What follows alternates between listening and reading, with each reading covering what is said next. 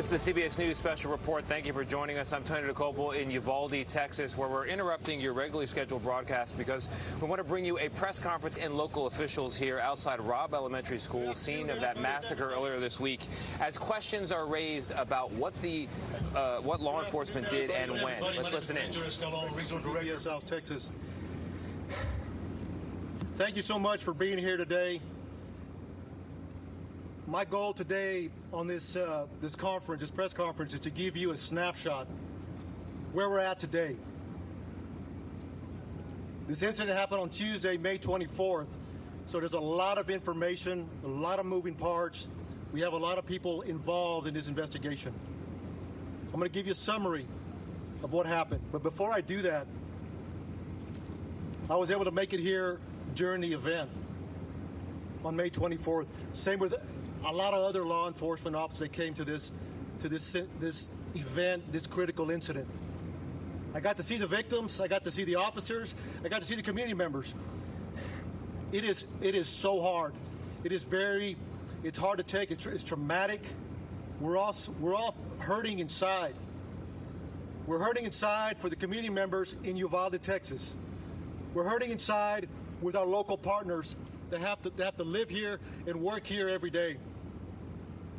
The victims, the family members, we feel for them. I'm a father. I can't go home tonight, hug my kids. That hurts. The members behind me are family members, their kids. It's tough. It's tough, it's hard, but that gives us the motivation to move on, to do good work for Uvalde, Texas, for the victims. We speak for the victims, and we take that dearly. Before I get started, Texas Rangers are leading this investigation, but we can't do it alone. We cannot do it alone.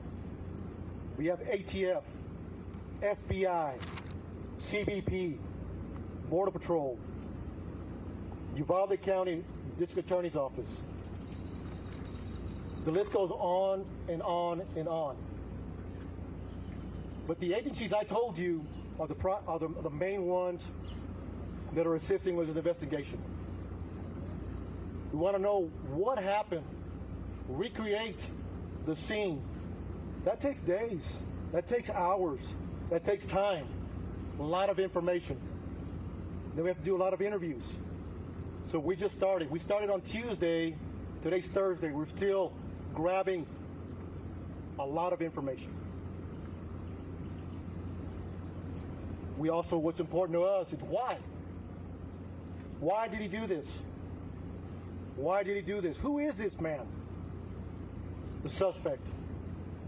We're going to find out. With all the different agencies that are involved, we're working every angle that's available.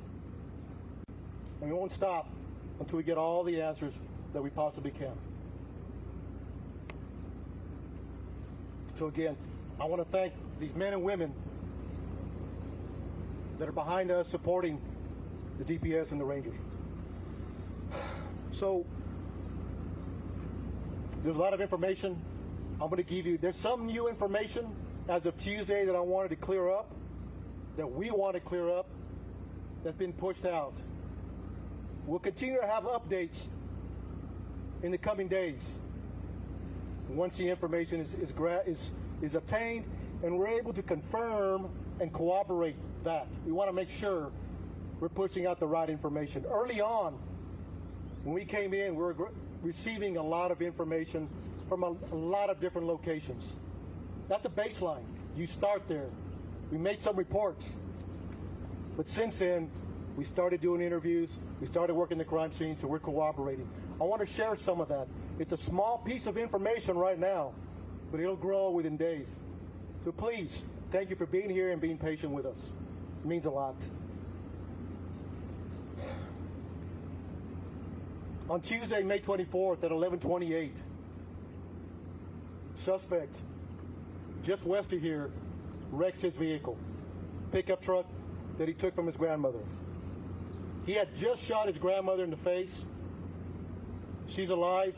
She's stable at this point. 11:28, he's sitting there at the bar ditch.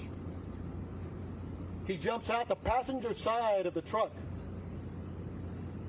According to witnesses, he's got a long arm, rifle, and a bag. Later we find out it's ammunition. He walks around, he sees two witnesses at the funeral home across the street from where he wrecked. He engages and fires towards them. He continues walking. He continues walking towards the school.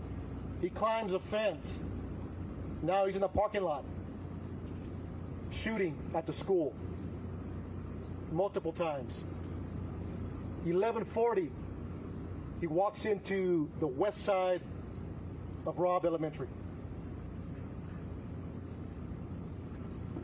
According to reports, video we have obtained from outside, inside, and again, we're still combing through that, so bear with us. Multiple rounds, numerous rounds are discharged in the school. We're trying to get a number. We're in the process of analyzing that video. 4 minutes later, local police departments, Uvalde Police Department, the Independent School District Police Department are inside, making entry. They hear gunfire, they take rounds, they move back, get cover, and during that time, they approach where the suspect is at. According to the information I have, he went in at 11:40. He walks, and I'm going to approximate 20 feet, 30 feet. He makes a right. He walks into the hallway, he makes a right, walks another 20 feet. Turns left into a schoolroom, into a classroom that has doors open in the middle. Officers are there, the initial officers, they receive gunfire. They don't make entry initially because of the gunfire they're receiving. But we have officers calling for additional resources. Everybody that's in the area, tactical teams, we need equipment, we need specialty equipment, we need body armor, we need precision riflemen, negotiators. So during that time that they're making those calls to bring in help to solve this problem and stop it immediately, they're also evacuating personnel, not say personnel, students, teachers. There's a lot going on, a lot complex situation. They're measuring. Approximately an hour later, U.S. Border Patrol tactical teams arrive. They make entry, shoot and kill the suspect. But you also had a Zavala County deputy and Uvalde Police Department that made entry and killed the suspect. Immediately, numerous officers. Now it turns into a rescue operation. How do we save these children? How do we save these children? Some made it out. We don't have a hard number yet, but that was a goal. And then continuing, making the area safe, continue. A lot of moving parts afterwards. But during, they were taking gunfire, negotiations, and developing a team to make entry to stop them.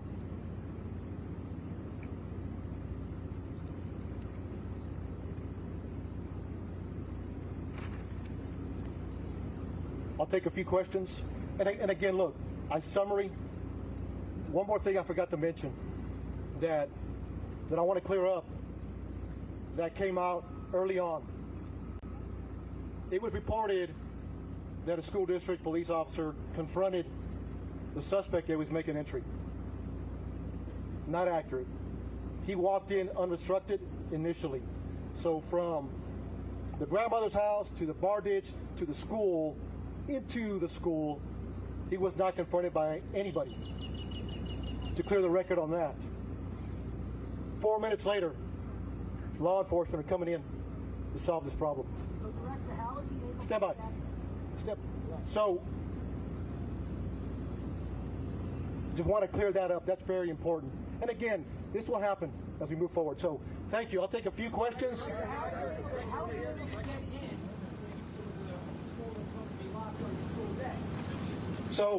So right now, during the investigation, it appears it was unlocked.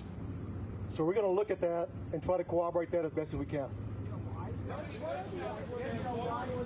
I do that. Hey, please, one at a time, and we'll address as many questions as we can. So let me finish this question. One at a time. Announce your name. Announce your network. Okay. Be respectful, please. So Josh, thank you for the question. So right now, it appears it was unlocked. Like I said, it goes back to the investigation. It takes time. We will find out as much as we can why it was unlocked, or maybe it was locked. But right now, it appears it was unlocked. So thank you. Yes, sir. You say at one point when he was inside here, among the things you were attempting negotiation, was he responding to negotiation, and in that period of time, when there continued gunfire? So during that time, right now, according to the information we have, the majority of the gunfire was in the beginning. In the beginning. I say numerous, more than 25. I mean, it was a lot of gunfire in the beginning. During the negotiations, there wasn't much gunfire other than trying to keep the officers at bay. But that could change depending on once we analyze the video. But right now, according to the information, he did not respond. Director Llamas with NBC News. My question is this: was there a school officer on campus, and was that school officer armed? Because that's what we were told. So at this time, no. No, there was not an officer readily available, armed. No. Was there an officer? No, nothing. I can't answer that yet. I'll circle back with you again. As we do that investigation, we have all these questions we want to answer. So, but I'll get back with you, sir. Yeah. There's a 12-minute gap. There's a 12-minute gap when he crashes his truck to when he enters the school. 12 minutes. What happened at 12 minutes? So you got to understand, 11:30 is the information we have at this point that we can confirm. 11:30 a.m. the PD gets we got a crash and a man with a gun. And then you have responding officers. That's what it is. If it's 12 minutes, from 11:30 to 11:40, that's the information we have right now. Look, at the end of the day, our job is to report the facts and have those answers. We're not there yet. Over here, over here.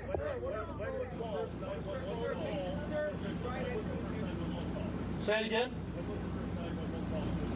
So right now, the first 911 call is at 11:30. I will get the time what it took to respond. So we'll have that answer. Yes. Could. There's a lot of possibilities. There's a lot of possibilities. Until we receive an interview, because there was numerous officers at that classroom, numerous. Once we interview all those officers, what they were thinking, what they did, why they did it, the video, the residual interviews, we'll have a better idea. Could anybody have gone there sooner? You gotta understand, small town. You have people from Eagle Pass, from Del Rio, Laredo, San Antonio responding to a small community. Based on the information you have so far, should the officers have bodies? That's a tough question. That's a tough question. Again, it goes back. Our job is to report the facts. Report the facts, and later we can answer those questions. Based on what you know so far, should those officers? I don't have enough information to answer that question just yet. So, one more question, please. Is it accurate that eyewitnesses and potentially parents of the students were urging the police to go in while you were waiting for a tactical SWAT team, even that some parents were asking to borrow police armor so they could make a counter-assault on the school? I have heard that information, but we have not verified that yet. So, What have you verified? we have not verified is that a true statement or not, or is it just rumor out there? So you got to understand, we're getting a lot of information we're trying to track down and see what is true. We want to vet it. That's all I have for questions. Thank you so much.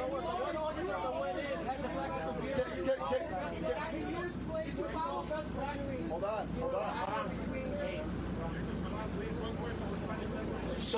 So look, we appreciate the questions. What were the officers doing between 11:44 and 12:45? I got you. Yes, sir. And behind that, you guys have said that he was barricaded. Can you explain to us how he was barricaded and why you guys did not reach that door? So I have taken all your questions into consideration. We will be doing updates. We will be doing updates to answer those questions. Answer that question now, sir. What is your name? Shimon. Shimon. I hear you. Because we've been given a lot of bad information, so why don't you clear all of this up now and explain to us how it is that your officers were in there for an hour, yes, rescuing the people, but yet no one was able to get inside that room. Shimon, we will circle back with you. We want to answer all your questions. We want to give you the why. That's our job. So give us time. I'm taking all your questions. I'm taking them back to talk to the team. And look, thank you for being here. We'll talk soon. We'll talk soon. Thank you. Thank you.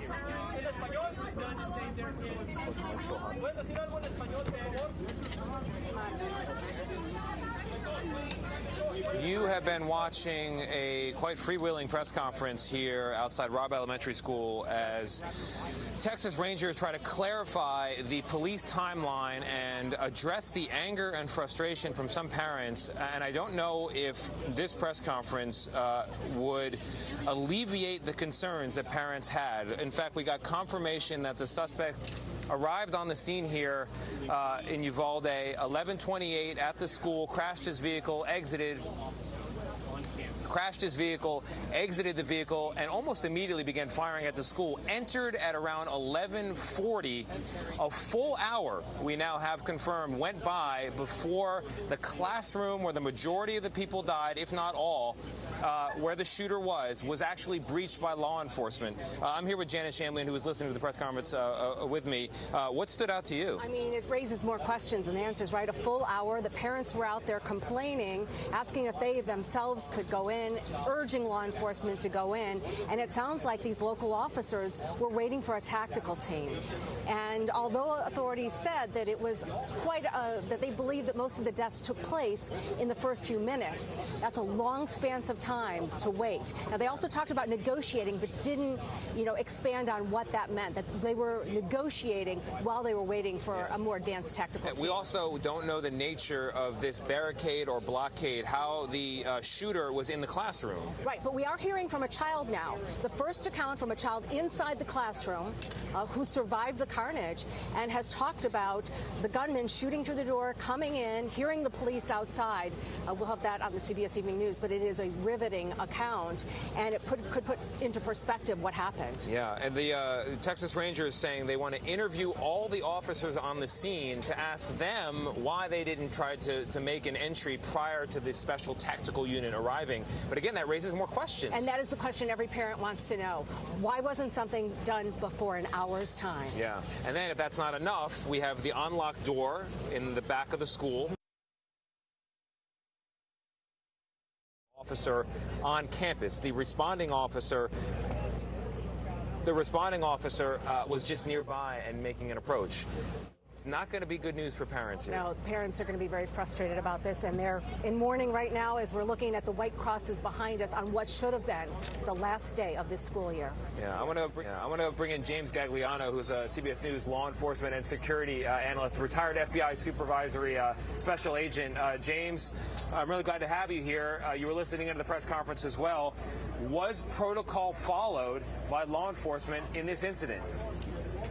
Well, Tony, tough situation sitting back, and I'm listening to the pain in Victor Escalone, who's the Texas Department of Public Safety spokesperson there, and you can tell he's got a tough job right now. Here's what we know. We know that the suspect crashed his car around 11:28 a.m., and at 11:30 a.m., 2 minutes later, the first 911 call goes in. At 11:40 in the morning, the suspect enters Robb Elementary School through an open door. He then goes down a hallway about 20 feet, turns either make the left or right, goes down another 20 feet and into a classroom. Now, shortly thereafter, the Texas Department of Public Safety is stating that it was probably about a 4-minute response that an SRO, which is a school resource officer from the Uvalde Police Department, and other Uvalde Police Department personnel made entry. Now, here's where it's going to get tough, because then there was an hour period in between that time, the first potential opportunity for interdiction of the suspect, and when the Customs and Border Patrol agents arrived and were successfully able to make entry into the classroom after 19 children and 2 adults were massacred, and interdict and neutralize the suspect. I could tell that they're not comfortable yet with explaining exactly the processes that were going on. I can tell you this: it's much easier from my perch here. I was a SWAT team member in the FBI for 20 years, a SWAT team leader in New York City for 4 years, and a member of the FBI's hostage rescue team. When you are responding to these incidents, you are in an information vacuum, so you are completely oblivious to any of the facts leading up to it. Is this a broader conspiracy? Are there other attack points? Is this a potential ambush? Are there IEDs, improvised explosive devices? Tony, there are a whole host of things that you're trying to process, and you're doing it in real time. Some people are going to argue that an hour is an inexorably long period of time, and I would agree. However, it also depends on how large the school is, how many children are there, how many personnel from law enforcement were there to move those personnel safely outward, and then how much difficulty was it to breach the door to get in. Tony, those are going to be the questions that I think in the next couple of days we're going to get some answers to. James, you make a good point. It's very easy to second guess. It's very easy to look back, and we don't know what was in the minds of those officers outside the door as that hour passed, as the minutes ticked by. I am curious to know, from your experience, would local law enforcement likely be equipped to take on an attacker armed with an AR-15 style rifle and apparently a bag of ammo? So, Tony, that is a great question, and I want you to think back to the last 2 years. Now, it was almost 2 years ago that George Floyd was killed while in custody of Minneapolis police, and since then, the protests, the defund the police movement, and the pushback on, and I'll use this in quotation marks, the militarization of police and police being viewed as, quote, occupying forces, close quote. So when you ask the question, are local police departments as well-trained, as well-equipped as, say, federal law enforcement, SWAT teams, or like the hostage rescue team, or, say, some of the emergency service units like the police department in New York City with 36,000 members? The answer is no. The officer's going to have whatever they have with them.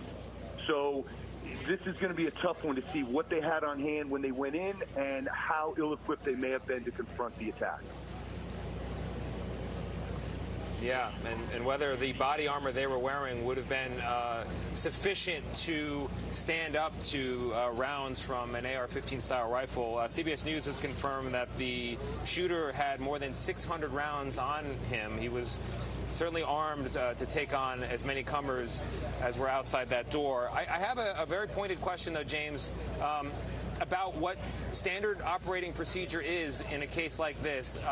You're right about the information vacuum, but one can presume, without being a medical doctor, that people shot inside were bleeding and within a range when they might have been saved at some point during that hour. And I wonder, is the procedure in a case like that with a school shooter for law enforcement to make a breach right away, no matter what? Yeah. Now, I'll say that with a caveat. Post-Columbine, we learned painful lessons back in April of 1999. And those lessons were, you go to the sound of the guns. You do not wait These people are not looking to, negotiate, for a plane to, Aruba. They're not looking to get political prisoners released. They're going in there trying to effect as much carnage as possible.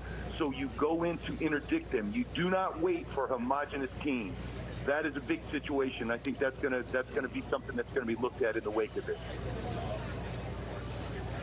All right, James Gagliano giving us a lot to think about here. Thank you very much, James. I want to go to Nicole Killian, who's on Capitol Hill, where a rally was held earlier today, hoping to push lawmakers to take action on gun violence. Nicole, what is Congress doing? What can Congress do? Or what can they get done is really the question. Yeah, well, Congress is leaving town right now, and that's the issue among many gun safety advocates. They are getting ready to break for the Memorial Day recess, and we asked some senators about the optics of that, given the tragedy in Texas. I spoke with Connecticut Senator Chris Murphy, who told me, look, sometimes we get more things done out of Washington than we do inside. And so he is leading bipartisan negotiations to try to come up with some type of compromise package on gun reform legislation. CBS News has learned that he and about 8 other lawmakers, both Democrats and Republicans, met here in the Capitol this afternoon to try to talk about a way forward. One consensus that seems to be emerging is around potentially red or yellow flag laws that would enable law enforcement to seize weapons temporarily from people who are considered a danger to themselves or others. I can tell you, though, Tony, just on a personal level, this is really hitting senators hard. Right now, this is the only chamber that is in at the moment. And, whether it is Senator Joe Manchin, who just told reporters he can't stop thinking about his grandchildren, or California Senator Alex Padilla, who said he has kids about the same age as these young people in Uvalde, it is really hitting senators on an emotional level. Even Minority Leader Mitch McConnell said that he is okay with Texas Senator John Cornyn, who is just there in Uvalde, engaging Democrats on this issue to try to come up with some type of bipartisan solution here. Tony. All right, Nicole Killian for us on Capitol Hill. And before we close today, reminder of why this press conference was as emotional as it was. If you look behind me, there is that memorial, the white crosses, the flowers, the balloons. It doesn't escape notice that those flowers, those balloons might have been purchased for celebratory reasons this weekend, for graduations, for time with family, and instead they are part of a makeshift memorial here outside Robb Elementary School, accompanied by 19 wooden crosses, each emblazoned with the name of an 8, 9, or 10-year-old shooting victim here in Uvalde, Texas. And you see their pictures on our screen. Our coverage will continue on the CBS News streaming, your local news, and tonight on the CBS Evening News. This has been a CBS News special report. I'm Tony DeCopel in Uvalde, Texas.